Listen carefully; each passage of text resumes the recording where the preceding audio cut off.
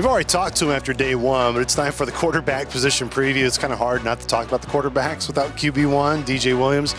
DJ, I know we talked about yourself, but I want to talk about the room. What do you like about the quarterback room this year with some new guys that have come in? Of course, guys like E.T. who are back and healthy, and of course, Jake, who really stepped in and filled in for you last year. It's just a great room to be around. All those guys are younger than me, so they coming in and they like all eager to learn from me. And it's a big part of. I take a big part of it. Just trying to be a big brother to them, passing down whatever skills I have to them, so that they're not making the same mistakes every day, or the mistakes I made when I was younger. What are the biggest things you find, especially right now in camp, where these days start that up? You've got to put the full pads on, but you try to remind these young guys on what's most important to focus on. You got to focus on the details. The little things are going to end up being big things in the game.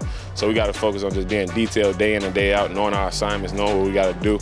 We got a lot of playmakers around us, and the easy thing is to just get them the ball and let them make plays and not try to be Superman back there, not make the same mistakes every day. We can't make the same mistakes every day. As a quarterback, we're going to have some bad days. I've been having bad days, period. But you got to learn from them, and that's the same thing I'm trying to tell them. Man who is back. Already has, I think, more practices underneath his belt this year than he did last year at this time.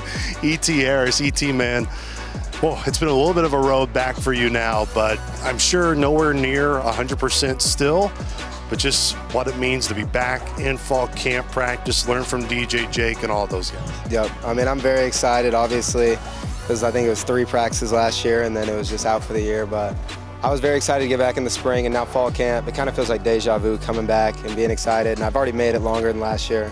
So I'm excited. I mean, I'm learning everything from DJ, just picking up what he does, and especially Jake also. But those guys are awesome, and they just, I mean, it's a good room, especially adding JC and Owen. I love it, and it's been a blast. Describe the leadership styles of DJ and Jake, and as a young guy, even though you were coming back and rehabbing last year, that you were able to be a sponge for them. And now this offseason, since you've gotten healthy, what more have you picked up from them because of their leadership styles?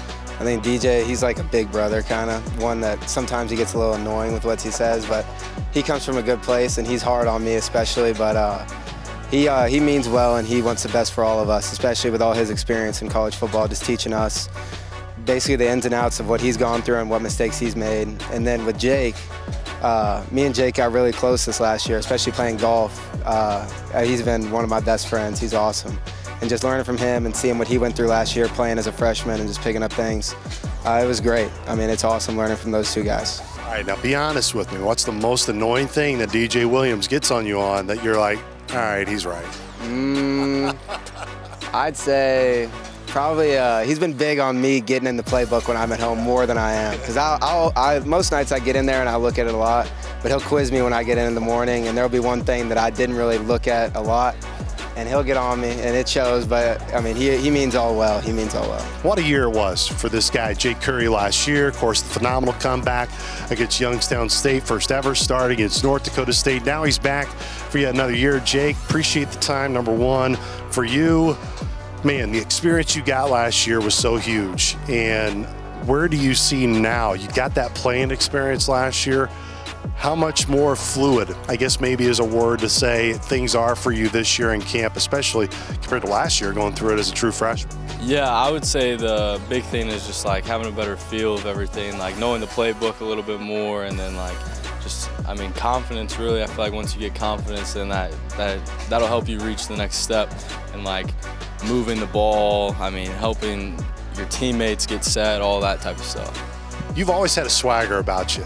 Even last year, before the experience came, you could tell that you just had that confidence when you stepped out onto the field.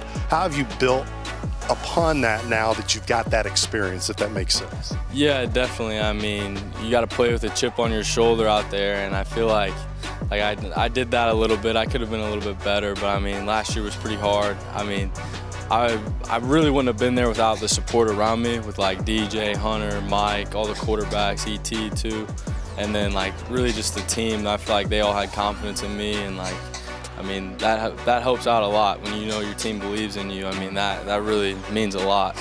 What do you like most about DJ's leadership style, and how would you describe it?